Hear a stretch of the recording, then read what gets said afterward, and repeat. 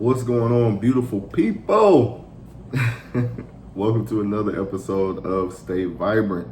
I am your host, Mas Hugo por favor, or you could just call me Hugo, Mas Hugo, or Jay, or whatever you want to call me. I answer to a lot of things. Just don't call me broke. No, but for real though. So welcome to another episode. This is the continuation of relationships. So this will be part two. Y'all know I like to get straight into the meat and potatoes. And I told you that segment two will be titled relationships, colon, family. And I'm definitely going to start this one off by saying something that I know a lot of y'all don't want to hear. A lot of y'all need to hear this. Although they had a hand in raising you, you do not owe them your life. You don't owe them anything. You didn't ask to be here. Even if you were preconceived and the thought of you being born was the idea, you didn't ask. So you don't have to live your life for them. That goes for your mother, your brother, your sister, your father, your uncles, your aunts, your grandparents. I say this because oftentimes we feel like we owe our lives to the ones who were responsible for raising us. And, ultimately, you don't want to make them look bad. You don't want to let them down. You don't want to be the black sheep of the family. And again, granted, they had that hand in raising you and shaping you and molding you to become the person that you are. You don't owe them anything. Your life is your own. So I'll start off this segment with the first segue, which was titled, Live Your Life. You're living for you. Today we'll discuss how you can respectfully maintain a healthy relationship with your family and make that relationship dynamic. Again, I start by saying openness, honesty, and communication are the best ways to clearly create boundaries, to set those boundaries, and to act on those boundaries. There are subtle ways that you can express yourself openly and freely without feeling like you have the pressure on you. Oh, I'm gonna let them down. Oh, people are gonna say this, that, and the third about me, and I don't want to make them look bad. You don't have to worry about that. So the example I wanted to give here was using myself. So I wasn't comfortable letting my mom know that I smoke and I drink, and I started at like an early age. And although we never, had the conversations about it, when I did become of age, I'm like, okay, I'm going to act in a manner that is responsible to where she can see that I can handle myself. And then I'm not that young boy anymore. And although she didn't, like my choices or my decisions, she had respected because she understood that, all right, Jay's not going to do anything to jeopardize his life, or even though he's had like a drink or two, he's fine. I can see the mature side of him taking hold. And we indulge in grown folk conversation, talking about life, the economy, the market. We talk about our favorite drinks, or she tell me about a time where she was younger and she could knock back a couple shots and that's not the same no more. So we went out to like Red Lobster a couple years back for like Mother's Day, and I'm like, I'm gonna get you lit. I was like, you think, no, you're not gonna be. She was like, no, you're not gonna drink, you're not gonna drive. I'm like, I'm gonna show you like my tolerance, like not to prove a point, and I don't condone drinking and driving. Let that be a PSA. I do not condone it. If you cannot handle yourself, everybody should know their limit. I feel like 21 to 23 is where you learn your limit. Anything over 23, if you don't know your limit, all right, I need you to experiment at the house one day, and then it's like all of a sudden you'll feel it. You'll feel that, okay, that was the one. That was number 4. Number 4 got me right. So we're having drinks at Red Lobster. We're having a great time, and I could tell she was like halfway done with her drink, and that drink was hitting her so different. I ordered like 2 or 3 more, and she was just like, "Who gonna drive?" I'm going to drive. I'm fine. I know my limit.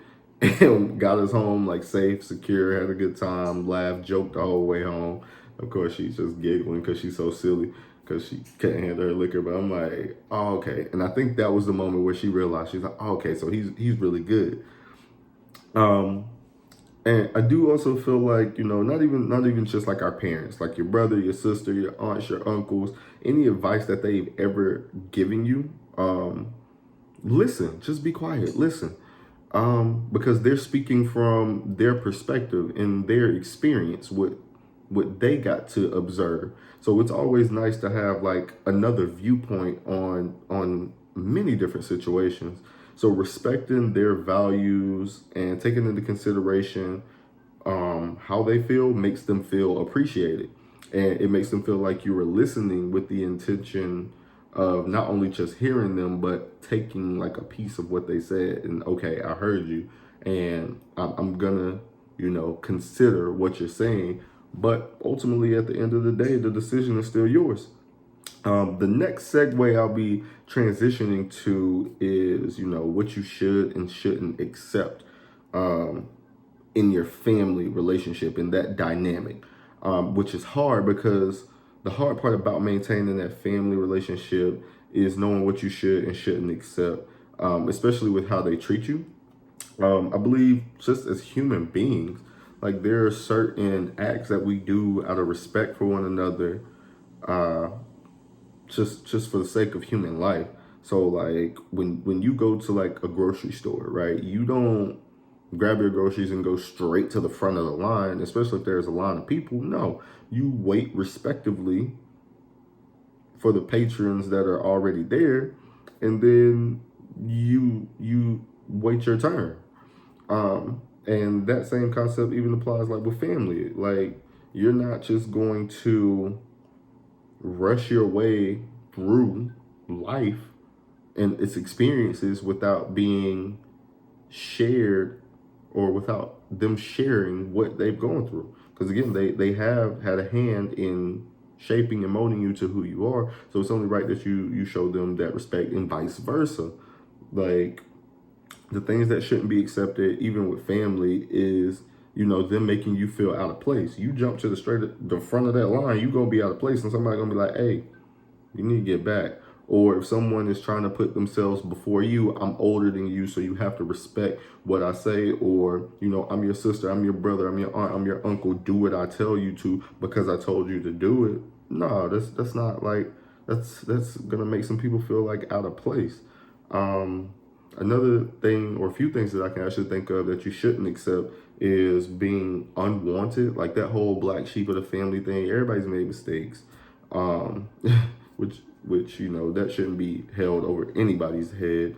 Unloved, like I don't get how you can bring a child into the world or introduce them to your world and make them feel less than, or make them feel unappreciated or not cared for. That's a tough pill to swallow, to know that there are actual adults who can treat children that way. And children, I know that's like a broad like age range, but anybody that's younger than you who doesn't have the conscious and subconscious to understand the workings of the world in its, I'm not going to say entirety, but they don't have a good grasp of what reality really is. Like how could you not be patient and show them love? Like I understand it's definitely easy to get frustrated, but to literally not like show compassion and show love, that's really, I would say, inhumane.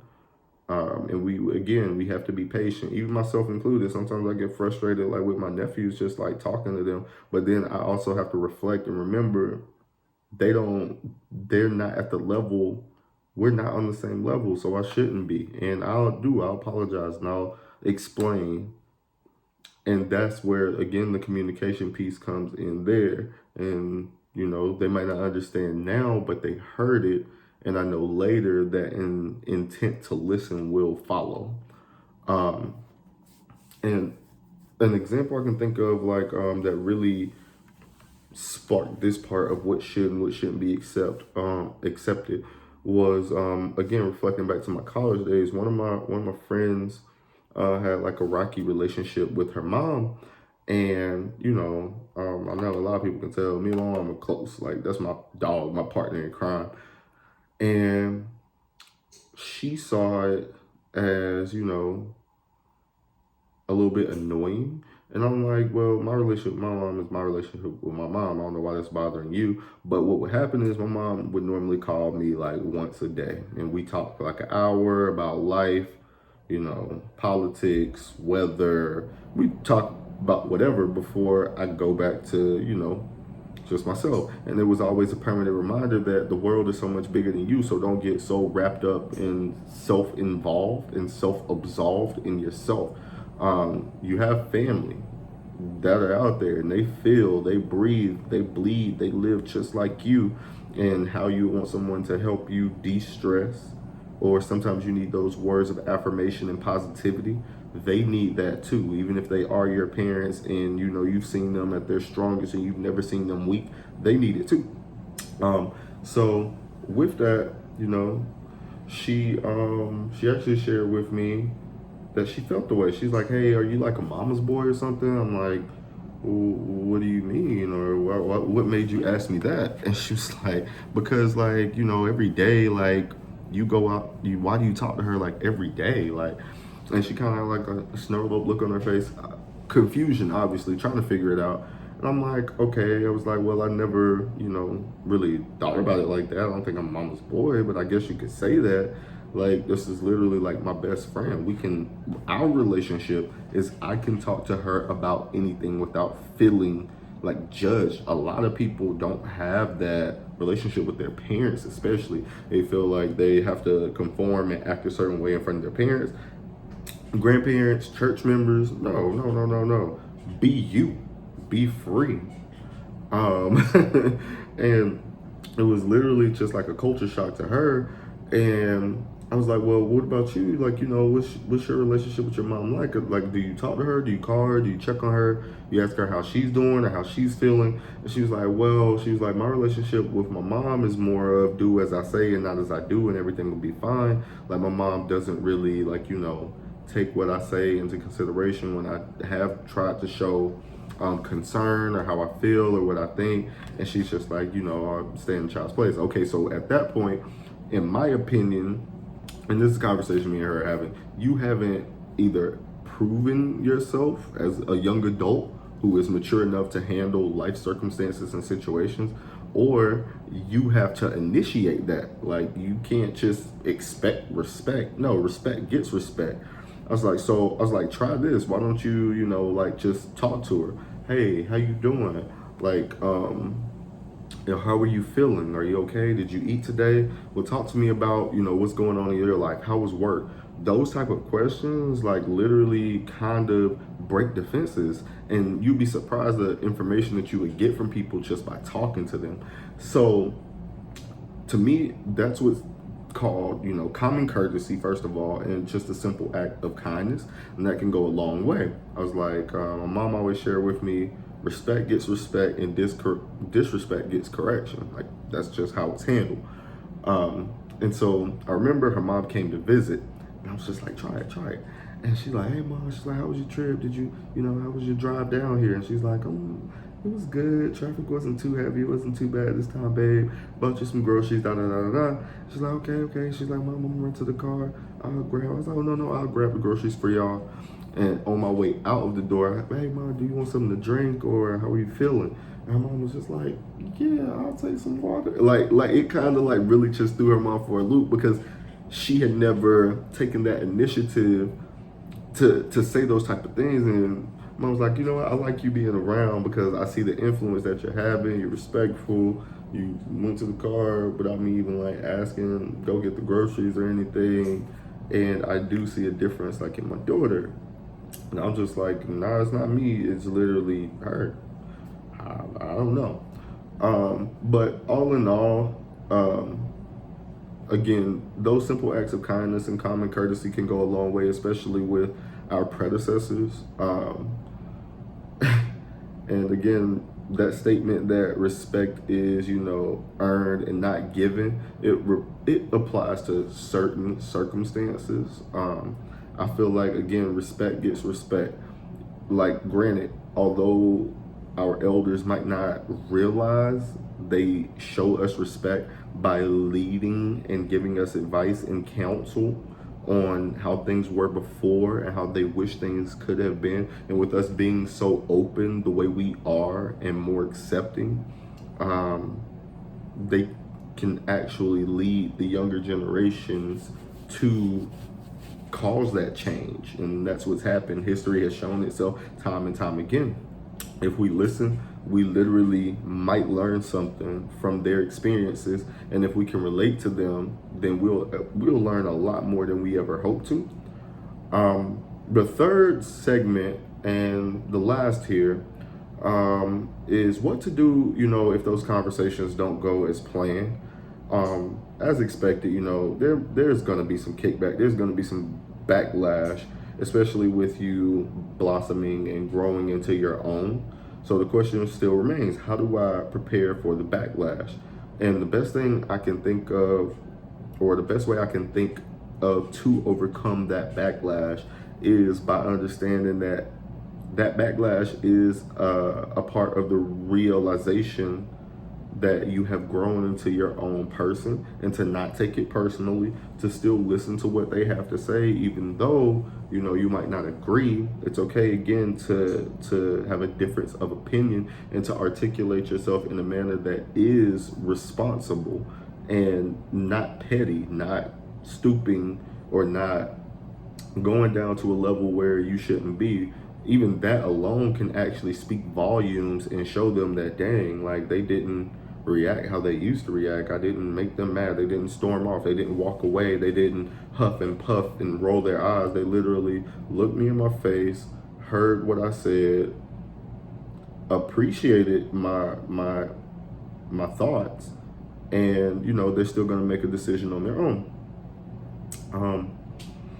And with that being said, that was the last piece that I had. Again, one of the sources that I cited for this topic was 10 Tips for Healthy Relationships. And that was actually written and produced by Amherst College at Kansas State University as a part of a peer advocates, relationship group. And again, it's very resourceful in maintaining and managing all relationships. And the second blog post for this topic, specifically relationships part 2, family, was maintaining positive relationships for families and how to build them, raising children. That one was actually written last year. Again, just another good source to read on, especially if you have kids, or if you obviously yourself are a child, or if you're somebody's kid. You can actually read this and kind of put yourself in the mind of your parents to show that empathy. Okay, this is what they're thinking, this is what they're feeling. Now, how can I flip this to show them that I am a responsible adult? Again, thank you for tuning in. I appreciate it. Part 3 is going to be probably even shorter than this one. Again, it's direct, straight to the point. It's relationships part 3, the friends. And they say that your friends are the family that you get to choose. So choose wisely and stay tuned. Stay vibrant, my friends.